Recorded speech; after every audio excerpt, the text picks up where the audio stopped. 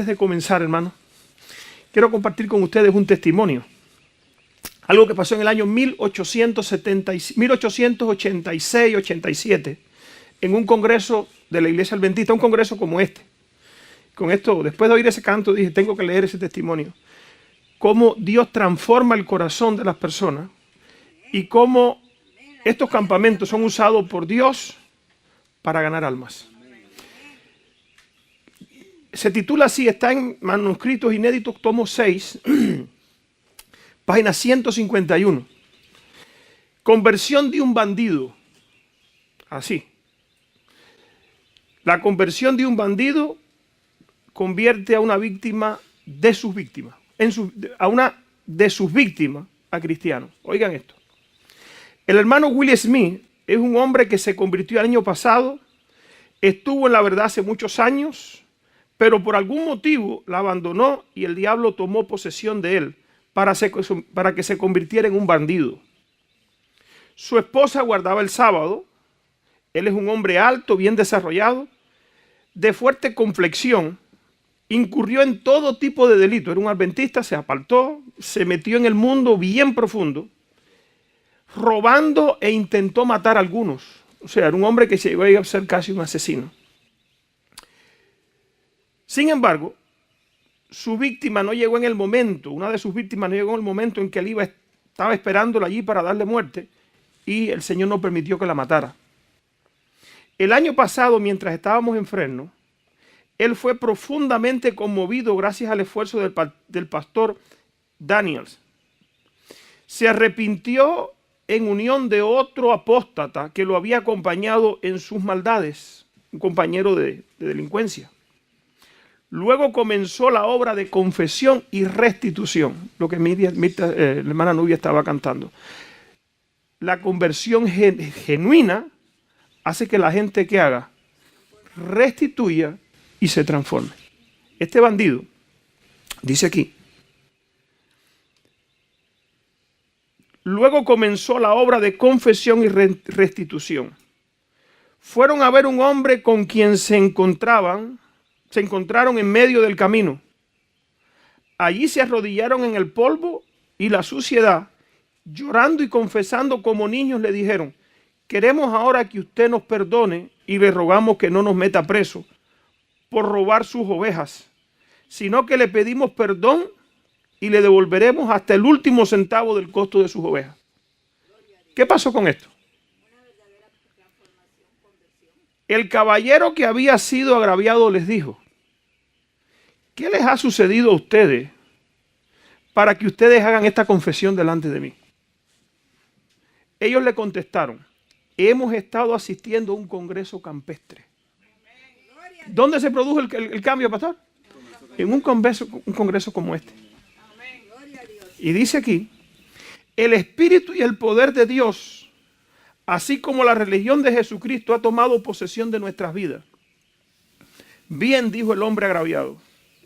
Si lo que allí ocurrió es así, yo también debo acudir a ese lugar. Hermano, Dios se manifiesta en lugares como estos. El esfuerzo que nosotros hacemos en venir aquí no es por gusto. Estamos viviendo en momentos críticos para la historia de este mundo. Traer los jóvenes, traer los hogares, los hermanos que vengan con toda su familia a este lugar, es una gran bendición para ellos y para todos los que nosotros traemos. Hay veces que pensamos que hay hermanos que no son dignos de estar aquí. El lugar de los indignos es este. Donde ¿qué hace Dios? Donde Dios puede tomar a los indignos y transformarlos en ¿qué? En personas convertidas. Dice aquí, si lo que ahí ocurrió es así, yo también debo acudir a ese lugar. Luego lo hizo y se conmovió también profundamente, herido por las afiladas saetas divinas. Esto no terminó allí. La influencia de aquellas confesiones presentadas a muchos que habían sido agraviados, no solamente con este hombre, es tan amplia como la eternidad. Aquel hombre que no poseía nada en medio de su maldad, pero que a partir de su conversión el Señor lo ha bendecido grandemente con recursos que él ahora está usando para hacer restitución y para promover la causa de la verdad. La conversión verdadera no queda sin qué, sin frutos. Ahora lo que obtenía, lo obtenía para pagar los daños que había hecho. Esa es la obra del Espíritu Santo. Tenemos que hacer ¿qué? Restitución. El campamento que estamos participando ahora se llama Preparando Hogares, ¿para qué? Para la crisis final. Si llegamos a la crisis, hermano, dice el Espíritu Profecía, con algún pecado por ahí guardado, tapado, dice que nos vamos a dar cuenta que vamos a estar sin qué, sin protección, porque el Espíritu Santo no va a poder protegernos, a menos que el Espíritu Santo tome posesión de nosotros, y eso solamente se hace cuando el corazón es que es renovado, transformado y cambiado. Dice aquí, aquel hombre no poseía nada, lo que ahora tenía lo usaba para la verdad. Es ahora un hombre de mentalidad abierta, condescendiente con los que han errado, humilde como un niño y se sienta a los pies de Jesús. Está percibido y dispuesto a hacer cualquier cosa por la obra de Dios. ¿Cuánto estás dispuesto a hacer tú? Él toma 150 revistas de las señales de los tiempos y la distribuye. El año pasado, él ha hecho más obra misionera que todos los demás miembros de la iglesia de Fresno. Lo que hace el Espíritu Santo. Un bandido fue transformado. Ahora sí pueden comenzar la predicación esta mañana. Les invito a todo el que pueda ponerse de rodillas y pedirle a Dios su bendición esta noche, en este momento. Padre nuestro que estás en el cielo, queremos darte gracias, Señor, porque tú eres bueno. Queremos darte gracias porque tus maravillas, mi Dios, podemos verlas constantemente. Te ruego, Padre Celestial, que tu Espíritu Santo pueda venir sobre cada hermano aquí presente, sobre los hermanos que están por llegar, mi Dios, que tú los traigas con bien. Aquellos que han de ver esta presentación a través de las redes sociales, que también tu Espíritu Santo pueda tocarles, Señor. Ayúdanos a todos a estar listos. Tenemos que hacer, mi Dios, arreglos. Tenemos que hacer restitución muchos. Tenemos que tomar, mi Dios, partido contigo. Tenemos que ponernos de tu lado. Ayúdanos, Señor, para hacer decisiones. Y que estas decisiones puedan ser inspiradas solamente, mi Dios, por la obra del Espíritu Santo. No por la emoción, no por el momento, sino que hagamos determinaciones firmes y dirigidas por tu Santo Espíritu. Ahora vamos a presentar tu palabra. Te rogamos, Señor, que tu Espíritu Santo sea nuestro maestro y nos capacite. A todos los que estamos aquí, que tu palabra pueda ser impregnada en nuestra mente y en nuestros corazones. Bendícenos y acompáñanos en el nombre de Jesús. Amén. Les invito a abrir la palabra de Dios en Segunda de Pedro.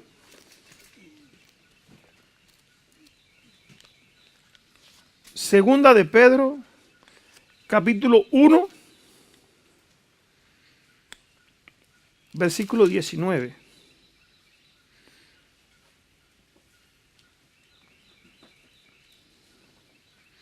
Estamos viviendo exactamente en el umbral de la patria celestial.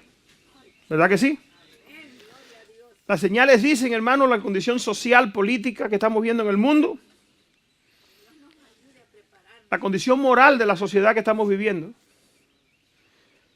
nos anuncian que grandes sucesos están porque hasta los incrédulos. Todo el mundo está diciendo algo tiene que pasar porque ya este mundo no aguanta más. Dice el apóstol Pedro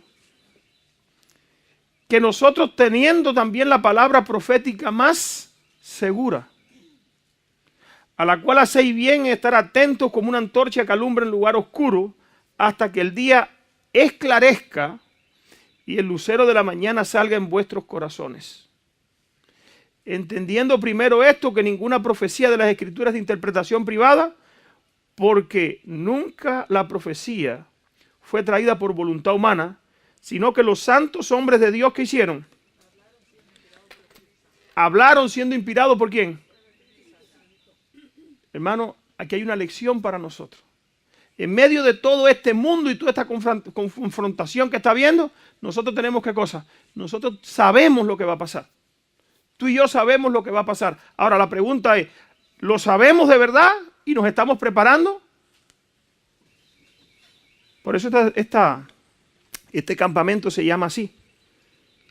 Preparando familias para que El conocimiento de la profecía, hermano, Dios se lo ha dado ¿a quién? Se lo ha dado a su pueblo para que su pueblo esté listo y preparado para los eventos que vienen. Tú y yo no tenemos razón de qué, de no estar preparados.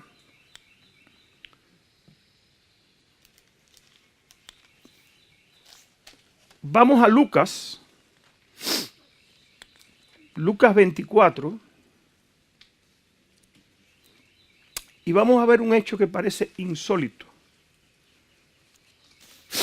Jesús había estado 3 años y medio ¿con quién? Con sus discípulos. Esto se le conoce como el chasco. Esto se conoce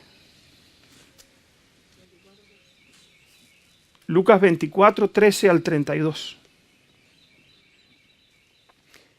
Cristo había estado 3 años y medio con sus discípulos, le había enseñado todo lo concerniente a lo que le iba a terminar, cómo iba a terminar.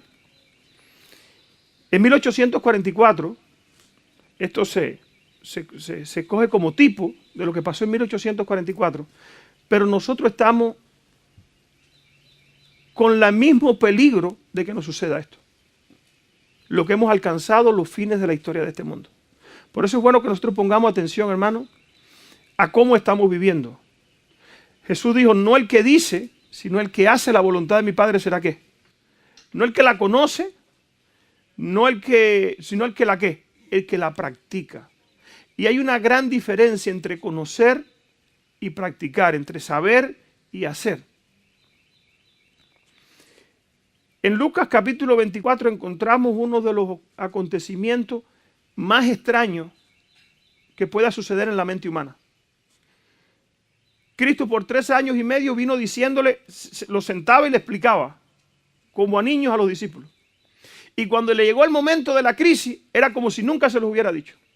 Yo a veces que leo esto digo, ¿cómo es posible que Jesús hablando con una persona, diciéndole lo que va a pasar mañana, al otro día cuando lleguen ya no se acuerden? Yo decía, ¿cómo es posible? Y hermano, muchas veces nosotros estamos enfatuados, el diablo nos pone vendas en los ojos. Estas verdades nos parecen que sí va a pasar, pero no va a pasar en mi tiempo, va a pasar en otro momento, y estamos casi siendo tocados por la calamidad o la crisis más grande que va a haber en este mundo, y la iglesia todavía está pensando en años de prosperidad. Nos estamos todavía preparando hogares, casas, hacemos proyectos como si Cristo no fuera a venir. Es verdad que tenemos que vivir en este mundo pensando en el futuro, pero los acontecimientos y las profecías anuncian que está por terminarse, está por fluctuarse el switch que va a desatar todos los eventos finales de la historia de este mundo. Dice aquí que iban 2 de sus discípulos y 2 de ellos iban el mismo día a una aldea llamada Emaús, que estaba a 60 estadios de Jerusalén. ¿Por qué se iban para Emaús? Porque sus esperanzas se habían trunchado completamente. Lo que había pasado hacía poco con la crucifixión de Jesús, vamos a poner en contexto lo que estaba pasando, los desanimó tanto que trataron de ¿qué? De dispersarse. E iban hablando entre sí de todas aquellas cosas que habían acontecido. Sucedió que mientras hablaban y discutían entre sí, Jesús mismo se acercó y caminaba con ellos. Fíjense cómo estaban sus ojos vendados, que Jesús andaba con ellos y ellos no se daban cuenta. Parece una locura, ¿eh?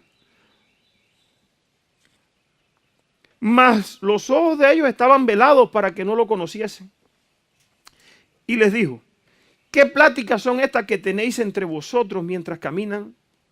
¿Y por qué están tristes? El conocimiento de la profecía no lo libró de la angustia. ¿Ustedes saben qué lo libró de la angustia? Vamos a ver qué lo libró al final la angustia. Respondiendo uno de ellos, que se llamaba Cleofas, le dijo, ¿eres tú el único forastero en Jerusalén que no ha sabido las cosas que en ellas han acontecido en estos días? O sea, le dijo, acá tú eres el único que... Tú no sabes lo que está pasando. Hermano, oigan quién estaba hablando. A uno que se le había dicho lo que iba a suceder y no tenía los ojos ¿qué? Abiertos. Y le estaba reclamando al otro, a Jesús, que le estaba pidiendo, oye, ¿por qué ustedes están así? Jesús tenía derecho a reclamarle, ¿sí o no? Él le había dicho el día antes, 3 días antes, lo que iba a pasar con él. Y ahora este hombre le dice, oye, tú eres el único forastero que no has oído lo que ha pasado. O sea, se puso en una actitud de ¿qué? De discutir. Hermano, quien tenía que saber lo que estaba pasando, ¿quién era? El que le había sido advertido. Y sin embargo le dice, oye, eres tú el único forastero. Entonces le dijo, ¿qué cosas? Y él le dijeron, Jesús de Nazaret, que fue varón profeta, fue un profeta, fue poderoso en obras, en palabras delante de Dios y de todo el pueblo, cómo le entregaron los principales sacerdotes y nuestros gobernantes y sentenciaron a muerte y le crucificaron. Pero nosotros esperábamos que él era el que había de redimir a Israel. Y ahora, además de todo esto, hoy es el tercer día que todo esto ha acontecido. ¿Cuán fácil es la mente humana frente al chasco de perder la perspectiva? De perder la fe. La perspectiva de estos hombres es una perspectiva, ¿saben cómo? Equivocada. Y al poner en su mente la perspectiva equivocada, el futuro le pareció ¿qué? Incierto cuando llegó la crisis. Yo quiero que en esta mañana tú medites. Si hoy llegara la crisis que nosotros como adventistas estamos esperando. ¿Cuál es la crisis que nosotros estamos esperando? Ley Dominical Nacional. Después de la ley dominical, viene una crisis a Estados Unidos. Y como resultado de la crisis a Estados Unidos, viene persecución contra el pueblo de Dios. Viene persecución contra ti, contra mí. ¿Estaremos preparados nosotros como iglesia para cuando ese momento llegue decidirnos por Dios? Los que han estado jugando a la religión, los que han estado jugando sin comprometerse con Dios, tendrán la fuerza moral y espiritual para determinarse en el tiempo de crisis por las cosas de Dios. ¿Ustedes creen que lo puedan hacer? Es imposible. Los que en este tiempo no están dispuestos al sacrificio, al compromiso, al que si de ellos dependiera la obra de Dios hicieran todo lo posible. Ahorita leímos que el hombre cuando se convirtió, todo lo que recibía, lo recibía para hacer restitución y hacer que la obra de Dios ¿qué? Avanzara. ¿Cuánto estamos dispuestos nosotros a sacrificar por la obra de Dios? O nuestros planes y nuestros proyectos de vida los ponemos delante y si algo queda es para las cosas de Dios. Hermano, estamos viviendo en tiempo prestado. Sigue diciendo aquí cómo se resolvió el problema. Versículo 22. Aunque también nos ha asombrado unas mujeres de entre nosotros, las que antes del día fueron al sepulcro, y como no hallaron su cuerpo, vinieron diciendo que también habían visto visión de ángeles quienes le dijeron que él vive. Fíjense qué incredulidad. También entre nosotros están diciendo que él vive, que resucitó, pero nosotros mejor no que nos vamos porque estas cosas ya son demasiado. Hermanos, y como no hallaron su cuerpo, versículo 24, y fueron algunos de los nuestros al sepulcro, y hallaron allí como las mujeres habían dicho, pero a él no lo vieron. Entonces Jesús les dijo, oh insensatos y tardos de corazón, ¿para qué? Para creer todo lo que los profetas han dicho. El problema estaba en qué cosa? En que no creían la palabra de los profetas. La incredulidad frente a la crisis se manifestó como un gigante que desterró la fe y la confianza en Dios. No es necesario que el Cristo padeciera estas cosas y que entrara en su gloria. Jesús les recordó lo que ya le había dicho. Hermano, Jesús no dijo nada nuevo. Jesús lo que hizo fue ¿qué cosa? Recordarle. El Cristo va a padecer. Cuando Cristo le dijo a los discípulos sentados, le explicaba, él no traía nada nuevo. Él cogía de las profecías del libro de Daniel y se las expresaba. Pero ellos no querían ¿qué cosa? No querían creerlo. Y comenzando desde Moisés, fíjense, un recorrido por ¿cuándo? Por todas las escrituras. y siguiendo por todos los profetas, le declaraba en toda la escritura lo que de él decían. Y llegaron a la aldea donde iban, y él hizo como seguía más lejos, como que se iba. Mas ellos le obligaron a quedarse diciendo, quédate con nosotros porque se hace tarde. Y el día declinado, entró pues a quedarse con ellos. Versículo 30. Y aconteció que estando sentado con ellos a la mesa, tomó el pan y lo bendijo y lo partió y se los dio. Entonces le fueron abiertos los ojos. Y le reconocieron, mas él se desapareció de su vista.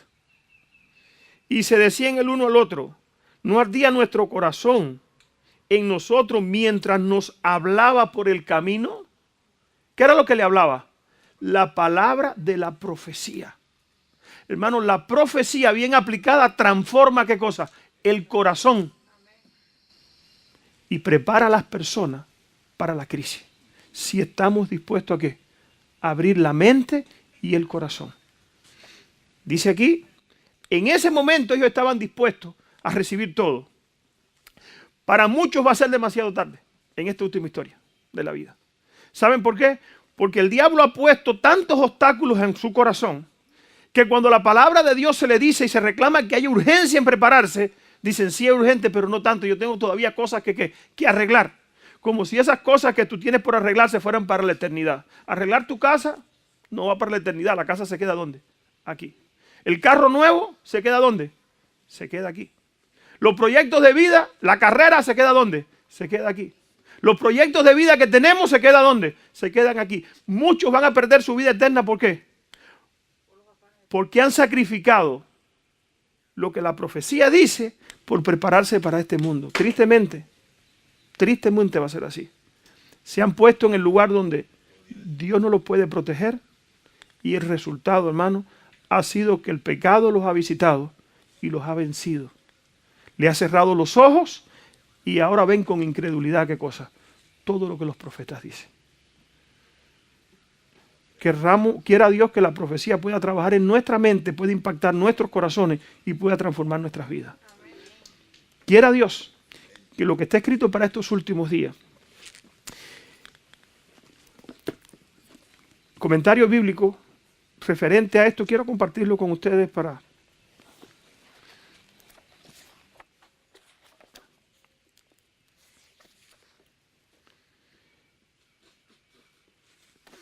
Dice aquí, Jesús no se reveló primero en su verdadero carácter y después les explicó las escrituras porque sabía que si hubiesen regocijado tanto en el verlo otra vez, o sea, la emoción se hubiera despertado tanto otra vez, que la palabra de Dios no hubiera podido ser sembrado ¿dónde?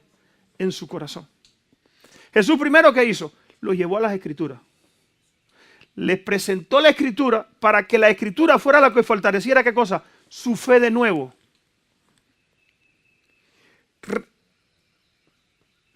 Si hubiesen regocijado tanto de verlo otra vez resucitado de los muertos, que sus almas se habrían saciado. Entonces no hubiesen tenido hambre de las grandes verdades que él deseaba impresionar imborrablemente en ellos para que pudiesen impartir a otros. Los que a su vez esparcirían el precioso conocimiento hasta que miles de personas recibieran la luz dada aquel día a los discípulos, desesperados mientras iban hacia Emaús. Jesús no se dio a conocer hasta que les interpretó las escrituras y los guió a una fe inteligente en su propia vida. Una fe no basada en emociones, sino en determinaciones. La inteligencia te lleva a tomar ¿qué cosa? Determinaciones. La emoción es pasajera, pero cuando tú entiendes la profecía, que de verdad te afecta a los acontecimientos futuros, tu vida va a cambiar.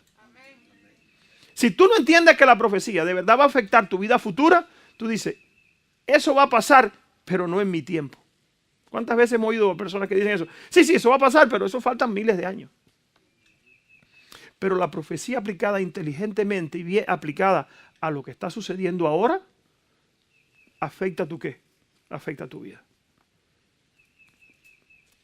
Dice aquí, afectaría su vida, su carácter y su misión en esta tierra.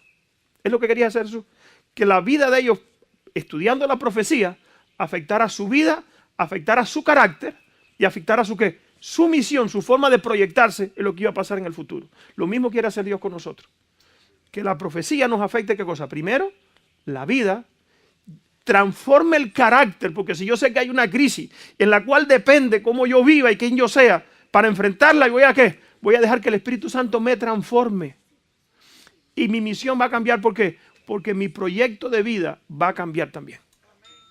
Yo le voy a dar prioridad a las cosas que llevan prioridad. Le voy a dar prioridad a mi familia. ¿Cómo está mi familia espiritualmente? Muchas veces estamos en la casa y tenemos los hijos perdidos.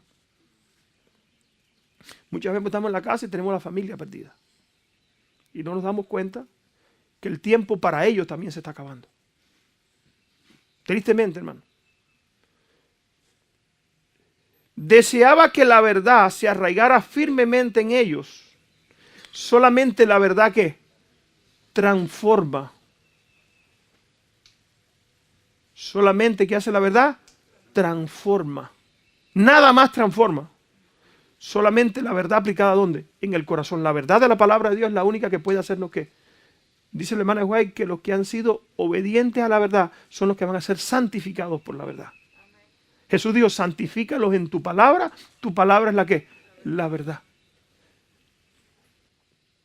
No porque estuviera sostenida por su testimonio personal, sino porque la ley de los símbolos y de las profecías del Antiguo Testamento, que concordaban con los hechos de la vida de Cristo y con su muerte, presentaban una evidencia incuestionable de la verdad que ellos acababan de ¿qué? De vivir hacía 3 días.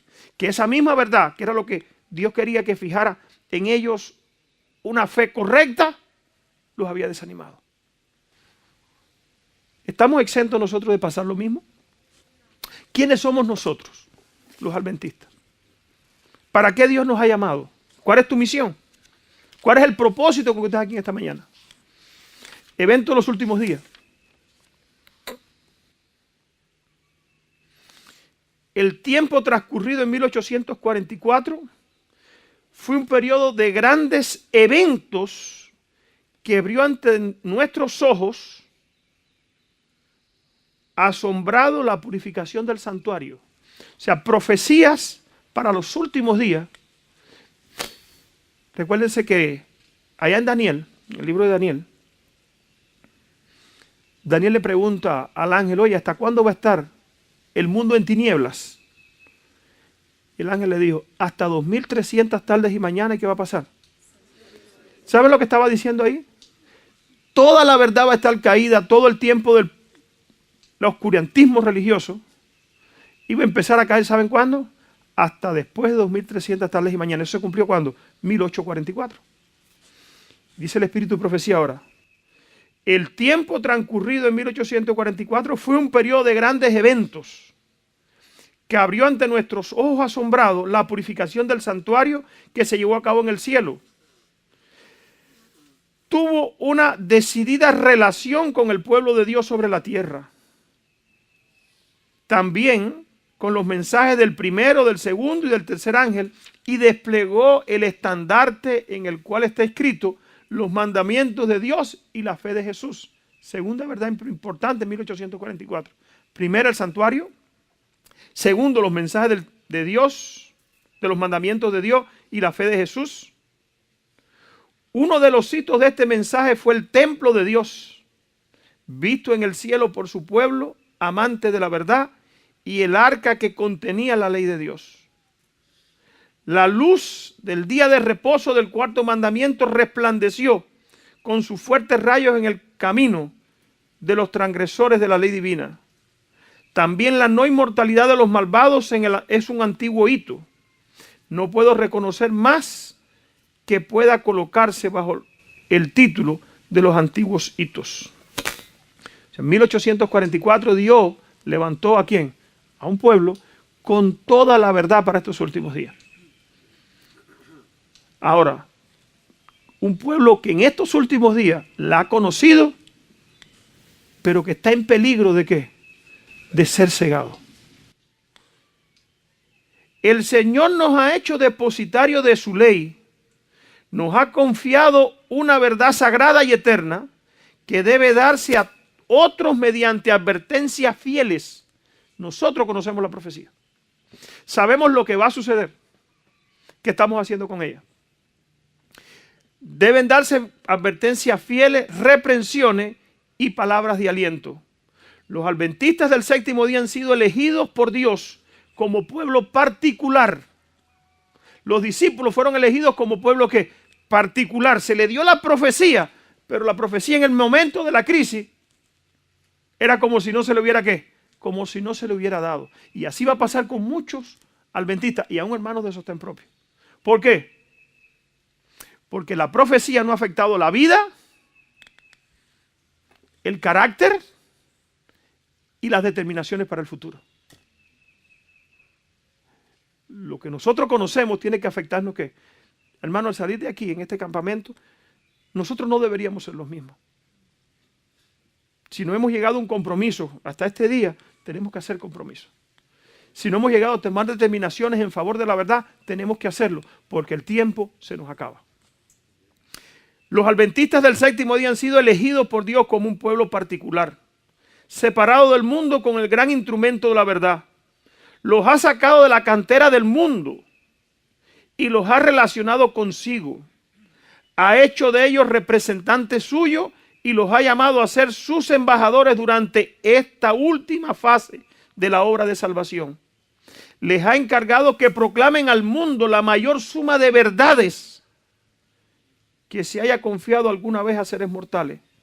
Las advertencias más solemnes y terribles que Dios ha enviado alguna vez a los hombres. Tú y yo somos, ¿qué cosa? Encargados de dar esas verdades. Pero, ¿estamos preparados? En un sentido muy especial, los adventistas del séptimo día han sido colocados en el mundo para que disfruten de él. Como centinelas. ¿Saben lo que es un centinela? Alguien que vela. Alguien que cuida. Un atalaya. Alguien que tiene que estar alerta. Los acontecimientos que están pasando, cuando suene, decirle, oye, mira, esto que está pasando no está ¿qué? Esto no está bien.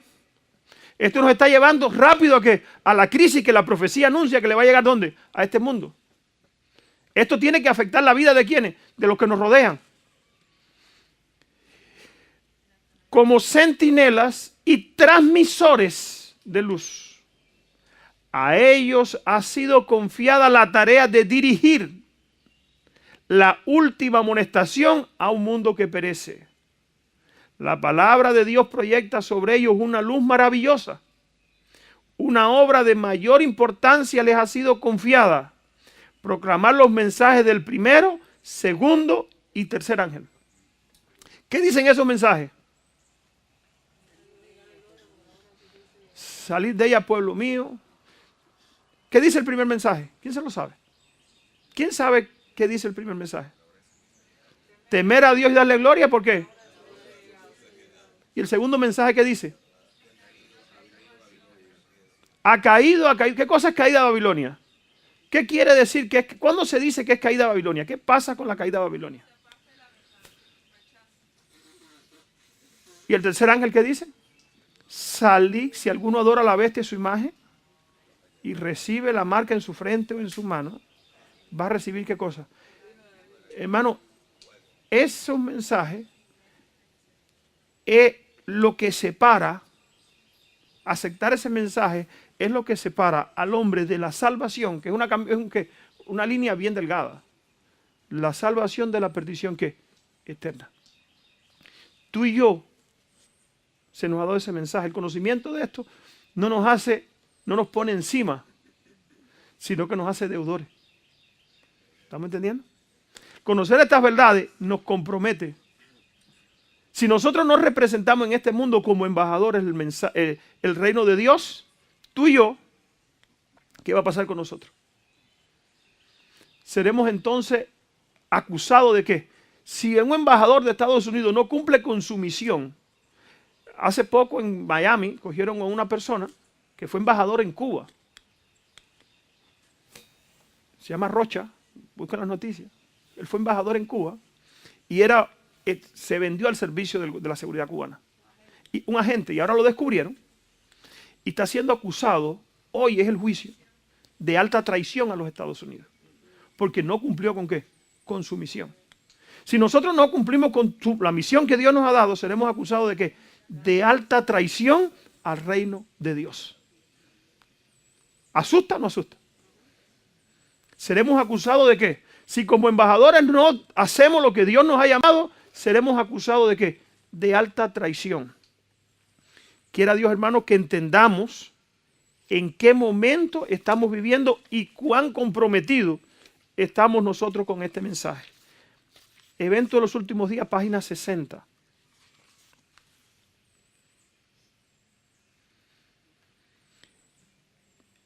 El Señor Jesús siempre tendrá un pueblo escogido que le sirva.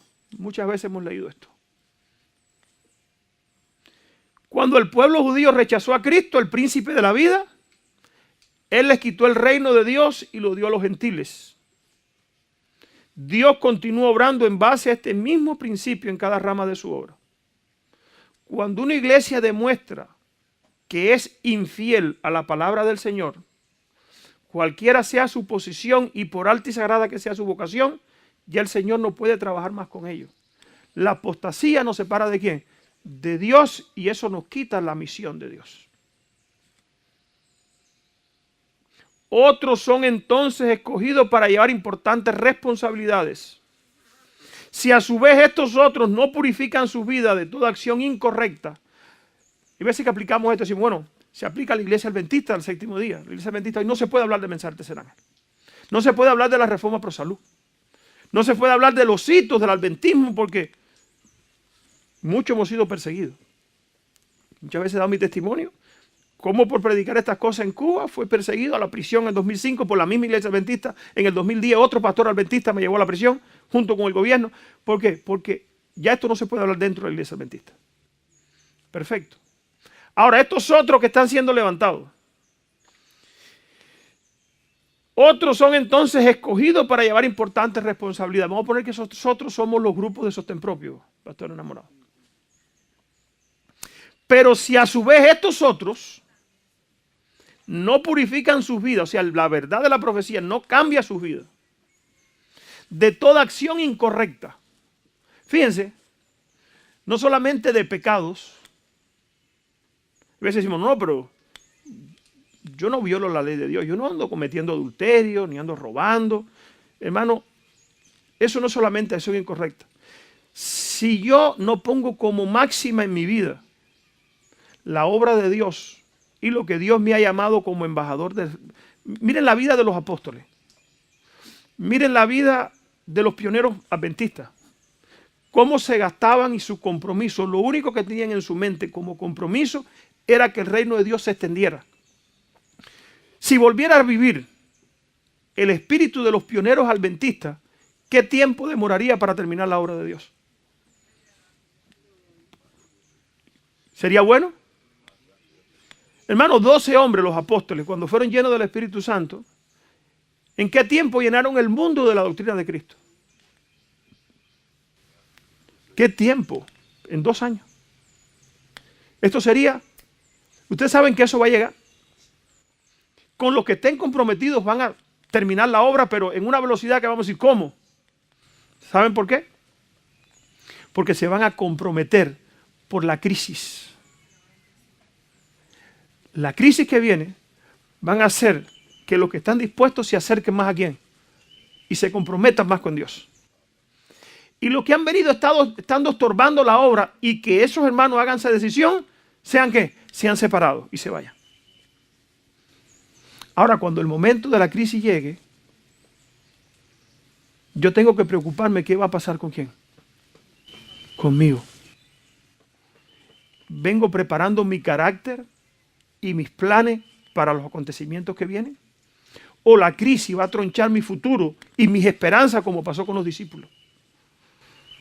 Dice aquí, pero si a su vez estos otros no purifican su vida de toda acción incorrecta y no se establecen principios puros y santos en todos sus límites, entonces dolorosamente el Señor los afligirá y humillará. La crisis que viene nos va a afligir y nos va a humillar. Y a menos que se arrepientan, también los quitará de su lugar y hará de ellos un motivo de ¿qué? De ignominia. La crisis nos va a tratar de ¿qué? Nos va a humillar y hacer que nos comprometamos. Algunos, otros van a ¿qué? Van a ser sustituidos. Dice Elena de White que al final dice que compañía tras compañía se iban de la iglesia de Dios ¿para dónde? A formar las filas de la oposición. Pero había algo bueno. Compañía tras compañía de allá venían ¿para dónde? Venían para acá. O sea, la perspectiva no es mala. Lo malo es los que estamos aquí que nos vayamos ¿para dónde? Porque la profecía de estos últimos días y los eventos que nos anuncian que Cristo viene pronto, no ha hecho en nosotros transformación y compromiso con la verdad. Tremendo. Dice aquí,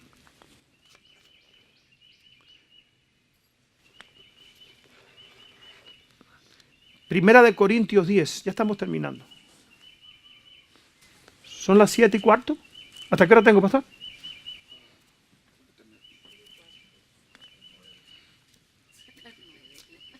¿Hasta las 9:30? Primera de Corintios 10.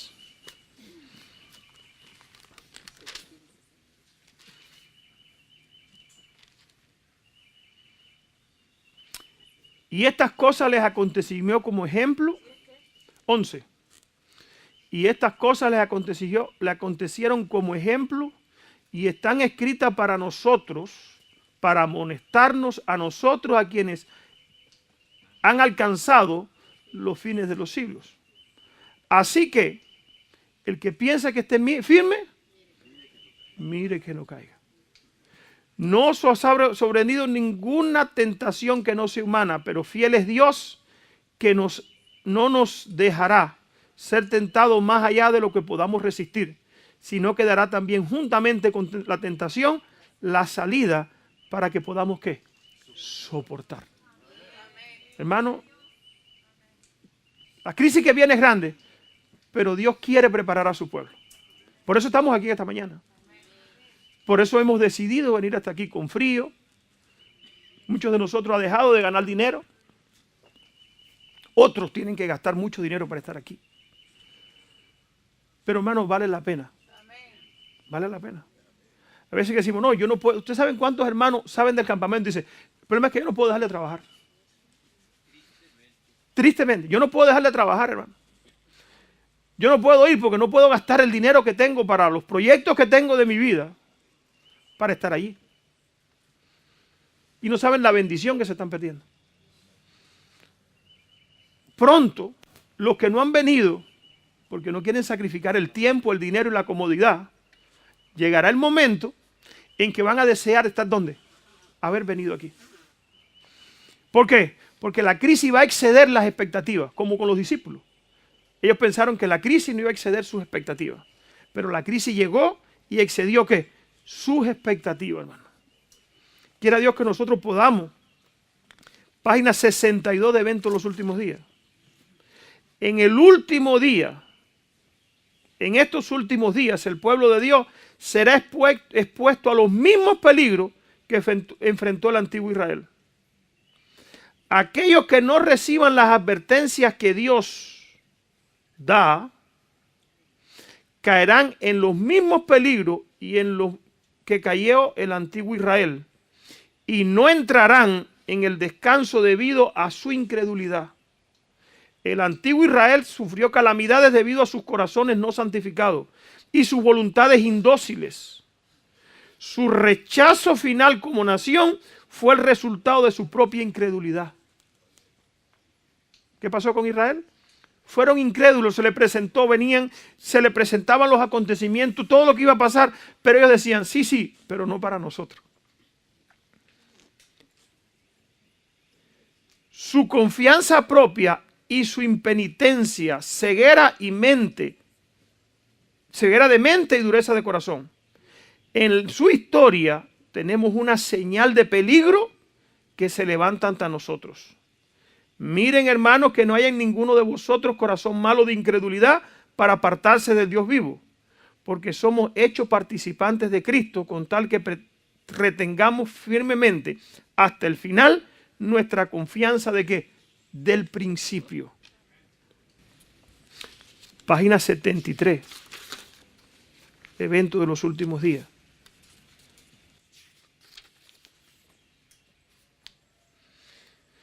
Si alguna vez hubo un tiempo en que cuando una actitud seria, una actitud de seria reflexión conviene a todos los que temen a Dios, es ahora. ¿Cuán esencial es la piedad personal? La verdad tiene que afectar ¿qué? El carácter. ¿Qué cosa es el carácter? Piedad personal. ¿Sí? Si hay un momento en que la profecía y los eventos finales tienen que afectar nuestro carácter, ¿cuándo es? Ahora. Debían plantearse la pregunta, cada uno de los que estamos aquí, ¿quién soy yo? ¿Cuál es mi trabajo y mi misión en este tiempo? Cada uno de los que estamos aquí debe preguntarse, ¿quién yo soy? ¿Cuál es mi misión y mi trabajo para este tiempo? ¿De qué lado estoy trabajando yo? ¿Del de Cristo o del enemigo? Esa es la pregunta que deberíamos hacer nosotros como adventistas. ¿Quién soy yo? ¿Cuál es mi misión? ¿De qué lado estoy trabajando? Que cada alma se humille ante Dios, porque seguramente ahora estamos viviendo en el gran día de la expiación. Ahora mismo los casos de muchos están siendo examinados ante Dios, porque deben dormir en sus tumbas por un corto tiempo. Para ese día, vuestra profesión de fe no será vuestra garantía. O sea, el profesar ser adventista no nos garantizará nada delante de Dios. La profesión no vale si no hay compromiso. Sino el estado de vuestros afectos es lo que va a determinar nuestro destino. El estado de nuestros afectos. ¿Qué cosa es el estado de nuestros afectos? ¿En qué es lo más que tú te esfuerzas por obtener? ¿Las cosas de este mundo o las cosas de Dios? ¿Está limpio de contaminación el templo del alma? ¿En qué tú piensas? ¿En qué tú meditas? ¿Hacia dónde te proyectas? ¿Están confesados mis pecados y estoy arrepentido de ellos ante Dios para que puedan ser borrados? ¿Me estimo a mí mismo demasiado livianamente? ¿Estoy dispuesto a hacer cualquier sacrificio por la excelencia del conocimiento de Jesucristo? ¿Estoy dispuesto a renunciar a las cosas que más me gustan, que a Dios no le agradan? Lo que como, lo que he visto, lo que veo. ¿Estoy dispuesto? ¿No estoy dispuesto? Si no estoy dispuesto, hermano, el estado de mis afectos está incorrecto. Y la profesión que yo tengo de ser adventista no me va a librar de la crisis que viene. Por eso es importante que entendamos quién yo soy, mi misión, mi trabajo y mi compromiso.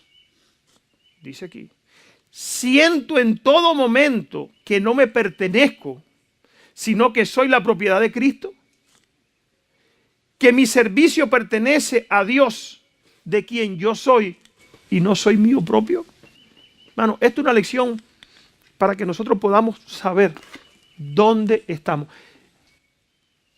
Yo traigo una noticia. No sé si el hermano la pudiste poner en el SEO. Que quiero compartirla con ustedes. Yo se lo estaba compartiendo a los pastores, Héctor Torres y el hermano. Algo que está pasando en Europa. Esto sucedió el día 3. Quiero compartirla con ustedes si el hermano me la pone ahí. Obispos de la Unión Europea lanzan una campaña para que se prohíba trabajar los domingos. No en un país de Europa, sino en toda Europa. El matrimonio igualitario empezó ¿dónde? ¿Se acuerdan que empezó por Europa? Cuando lo pusieron allá, la Unión Europea, que lo pusieron en toda Europa, rápido llegó ¿dónde? Llegó a Estados Unidos. Quiero leer esto, compartirlo con ustedes. El objetivo de la iniciativa es proteger, fíjense cómo lo están presentando, la salud de los trabajadores, promover el equilibrio entre la vida laboral y personal y fomentar el tiempo adecuado, especialmente para la familia, trabajadores jóvenes. ¿Para qué? Para el culto y el compromiso comunitario, social y ¿qué? El final del domingo que están tratando de poner en Europa, ¿de qué tipo es? Religioso. Ya no lo están escondiendo. Al principio empezó por la familia, ahora no, es por el culto personal. Con motivo de la jornada europea por el domingo sin trabajo, 3 de marzo, la Alianza Europea del Domingo ha publicado este viernes un nuevo manifiesto que subraya que el tiempo de descanso sincronizado es una herramienta eficaz para contrarrestar la soledad, los momentos destacados, su importancia para la salud mental de los trabajadores. Parece bonito. Súbemelo, Eliseo. Súbelo más. Para ahí. Además, de cara a las próximas elecciones, miren cómo le están dando una connotación política. A las elecciones de la Unión Europea, en junio de 2024, la Alianza Europea del Domingo pide a los diputados al Parlamento Europeo y a los candidatos a las elecciones europeas, le está diciendo a los candidatos, oye, tienen que apoyar esto. Quien no apoye esto no va a ser elegido. Fíjense, del Parlamento Europeo y a los candidatos a las elecciones europeas que apoyen el manifiesto de su comité directivo y reconozcan el valor de la creación de un día semanal común en toda Europa de descanso. ¿En toda qué? Toda Europa. No Alemania. El pastor me decía el sábado pasado, ya en Alemania hay ley dominical. Sí, pero aquí no estamos hablando de Alemania, aquí estamos hablando de ¿dónde? De toda Europa, prohibir trabajo los domingos. Dice aquí, los candidatos a elecciones europeas apoyan el manifiesto del comité del descanso, directo y reconozcan el valor de la creación de un día semanal común en toda Europa de descanso. Por tradición el domingo para todos los que los ciudadanos. Sigue diciendo, el objeto de esta iniciativa es, tal como destaca el manifiesto, proteger la salud de los trabajadores, promover un mejor equilibrio de la vida laboral, personal y fomentar tiempo adecuado especialmente para la familia, trabajadores jóvenes, para el culto y el compromiso comunitario, social y religioso. Asimismo, el manifiesto pide que la Unión Europea garantice patrones de tiempo de trabajo sostenible, incluso mediante el derecho a desconectarse y basarse en el principio del trabajo decente que beneficia a los trabajadores individuales, por tanto, la sociedad y la economía en su conjunto. ¿De qué? Desconectarse. ¿Saben qué cosa es desconectarse? ¿Qué hacemos nosotros el sábado? Nos desconectamos y ¿qué hacemos con el sábado? Lo santificamos. Ellos están pidiendo que sea santificado, ¿qué cosa? El domingo. Hermano, nosotros no sabemos cuán cerca estamos de la crisis. La profecía está anunciando los eventos, dice aquí. En los últimos días, la Alianza Europea del Domingo llevó a cabo una campaña de videos. Yo quisiera que vieran los videos. Los videos están aquí abajo. Si quieren, pueden buscar esto, está en internet. La campaña que hicieron están en inglés. Los diputados, cómo están pidiendo que el domingo debe ser los diputados, ya los que están proponiendo para ser elegidos, están haciendo videos para promover que el domingo tiene que ser puesto en Europa como día de reposo. Día de descanso, para que la gente tenga tiempo para ir a la iglesia y para que la gente le sea devuelto la vida espiritual. Dice aquí, llevó a cabo una campaña de video para sensibilizar a los líderes políticos nacionales de la Unión Europea, así como los ciudadanos privados, sobre los efectos positivos de un descanso semanal sincronizado. Todos los videos se pueden ver en las encuestas de redes sociales de la ESA, Twitter, Facebook y en YouTube de la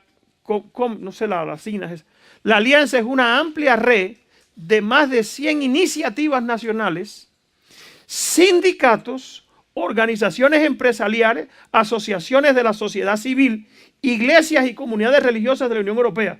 La alianza se compromete a crear conciencia sobre el valor único del domingo para nuestra sociedad y sobre la importancia de un día de descanso común.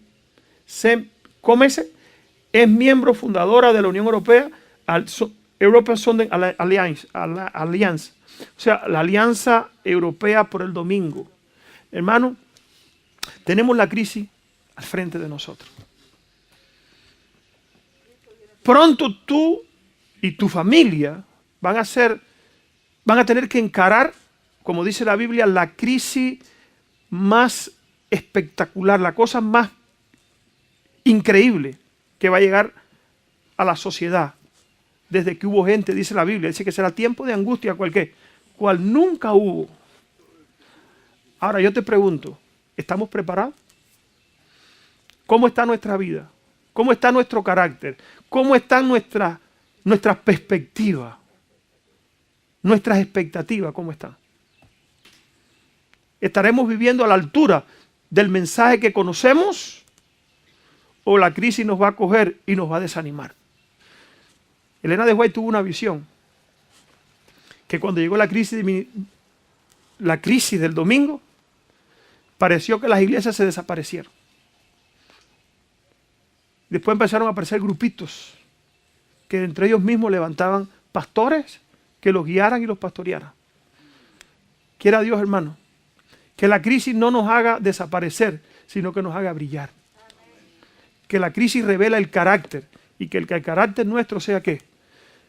Sea un carácter determinado a hacer lo que Dios dice, aunque nos cueste la vida. Que el Señor nos bendiga.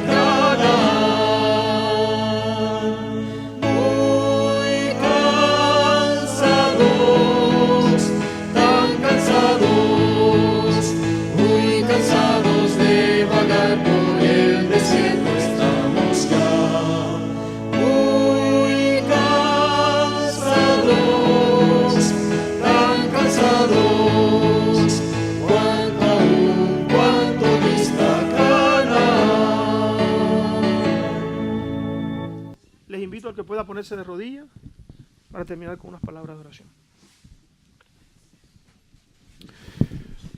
Padre nuestro que estás en el cielo, te damos muchas gracias, Padre, porque tú nos has traído hasta aquí, hasta este campamento.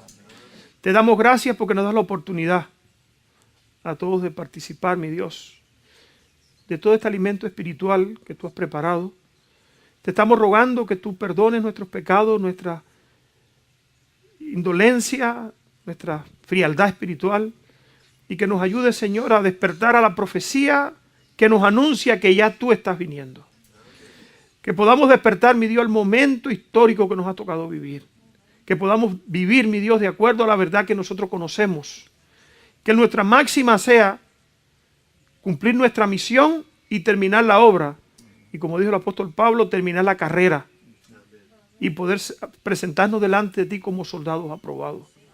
Rogamos, Padre Celestial, por los que le falta fe, que tú le ayudes. Que los que le falta conversión, mi Dios, que tú se la puedas dar. Que la vida pueda ser transformada de nuestros hermanos y también la nuestra, Señor. Que tú permitas, Padre, que seamos un testimonio vivo donde quiera que vayamos, de que tú has cambiado nuestra mente, nuestros corazones y nuestras perspectivas de vida. Que sea, mi Dios, verte a ti como nuestro Salvador y como la única esperanza, no en este mundo, sino de vida eterna. Te ruego, Señor, que seas con todo este campamento, todas las presentaciones, cada hermano que ha de presentarse. Que tu Espíritu Santo prepare nuestra mente y nuestros corazones. Que cada sermón que tú tienes preparado, cada estudio, que las personas que más lo necesiten, el diablo no los pueda entretener, sino que puedan estar aquí. Que quite cualquier astucia, trampa que él pone, mi Dios, para que la palabra de vida no sea oída, que tú la puedas quitar y podamos recibir tu palabra. Señor, queremos rogarte que este campamento sea de gran bendiciones para todos nosotros. Te queremos rogar también que vamos a participar al desayuno, que tú puedas bendecir, mi Dios, los alimentos preparados y puedas bendecir al pastor enamorado y a cada hermano que ha tenido que ver con la preparación de este campamento. Que tú puedas bendecir ricamente este ministerio y que nos puedas ayudar a nosotros también y pongas en nuestros corazones el cooperar con tu obra para que sea abreviada, mi Dios, en justicia. Quédate con nosotros ahora y guárdanos, Señor, en el nombre de Jesús. Amén, Padre.